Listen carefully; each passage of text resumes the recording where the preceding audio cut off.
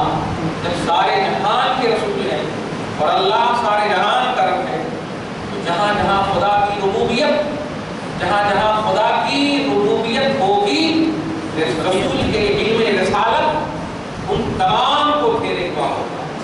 اللہ کے رسول صلی اللہ علیہ وسلم کے علم رسالت کی اس لیے بھی لمٹ نہیں کر سکتے آپ، یہ تمام جہتوں کو آخری نبی بن کر کے اللہ تبارک و تعالیٰ نے ساری کائنات کا رسول اور اس کا تاج، رسالت کاملہ عامہ کا تاج آپ کے سر پر بنایا۔ تو آپ کی رسالت سے کوئی شے جب باہر نہیں، کوئی چیز جب باہر نہیں، تو آپ کے علم سے بھی کوئی چیز باہر نہیں ہو سکتی، اس لیے کہ بغیر علم کے پیغام پہنچانا ہو ہی نہیں سکتا۔ آپ کو فرض کیجیے کسی کو کچھ پیغام دینا، تو اس کے بارے میں جب تک آپ کو معلوم نہ ہو تفصیل سے کہ وہ کہاں رہتے ہیں، کیوں رہتے ہیں، کیسے رہتے ہیں، ان کا گھر اور کیا مکان کا ہے، کس ملک میں کس طریقے کا ہے، جب تک اس کا ڈیٹیل معلوم نہ ہو آپ اس تک پیغام نہیں پہنچا سکتے۔ ظاہر ہے یہ رسول جو ہیں ساری کائنات کے رسول ہیں، مطلب ساری کائنات میں پیغام پہنچانا ہے اللہ کا، تو اب ساری کائنات میں پیغام پہنچانا یہ ضروری ہے کہ رسول کو ساری کائنات کا علم ہو تب پیغام پہنچائیں۔ اگر علم نہ ہو تو کس کو پیغام پہنچائیں گے؟ خط اگر جمن کا ہو تو جمرانی کو مل جائے گا۔ اس لیے پیغام پہنچانے کے لیے ضروری ہے کہ اس کو علم بھی ہو۔ تو اللہ کا پیغام ساری کائنات کے نام اور اس کے سبب اعظم محمد رسول اللہ ہے، تو رسول اعظم کو بھی ساری کائنات کا نالج اور علم ہونا ضروری ہے تاکہ پیغام الہی سب تک پہنچ سکے۔ یہ بات اگر رکھیں گے آپ یاد تو یہی شرک شکن عقیدہ ہے، میں نے کہا تھا یہی شرک شکن عقیدہ ہے، یعنی یہی شرک کا خاتمہ کر دیتا ہے۔ اللہ تبارک و تعالیٰ نے نبی کو عطا فرمایا۔ دو حدیث بخاری کی میں نے ابھی آپ کے سامنے پیش کروں گا اور پیش کرنے کے ساتھ کرنے کی چاہ ہے۔ درود شریف پڑھ لیجیے، اللہم صلی علی محمد وعلی آل محمد صلی اللہ تعالی وسلم۔ ایک حدیث بات ہے صحیح بخاری میں کتاب العلم کی ہے، دارالسلام سعودی عرب کا نسخہ ہے، حدیث نمبر 21 میں ہے، تو بہت ساری مختلف جگہوں پہ مگر میں نے جو دیکھا وہ حدیث نمبر 21 ہے، سعودی عرب کا نسخہ ہے۔ اتنی عظیم الشان حدیث ہے، دھیان دیجیے گا اور بس اسی پر آپ کو ہم سب کو قائم رہنا ہے۔ ہم نے بتا دیا ہے قرآن سے بھی اللہ کا فتویٰ بتا دیا، رسول اعظم کا فتویٰ، مزید تقویت کے لیے اور مزید اپنے ایمانی رشتے کو مستحکم کرنے کے لیے مزید کچھ اور رائے آپ کے سامنے پیش کیے جانے پڑتا ہے۔ اہل دل کے لیے اور اہل فہم و فراست کے لیے ایک ہی کافی ہے، اور نہ سمجھنے والوں کے لیے دفتر ہی بیکار ہے۔ اس لیے آپ سب بس اسی تصور میں رہیے کہ جس شان اور جس ذات والے عظیم رسول کی بات ہو رہی ہے وہ آپ کا ایمان ہے، سبحان اللہ صلی اللہ تعالیٰ علیہ وسلم، اور اس میں ہم کو اور آپ کو کوئی شک نہیں ہونا چاہیے۔ اسی موقع سے میں نے کہا تھا کہ اسی موقع سے کہا تھا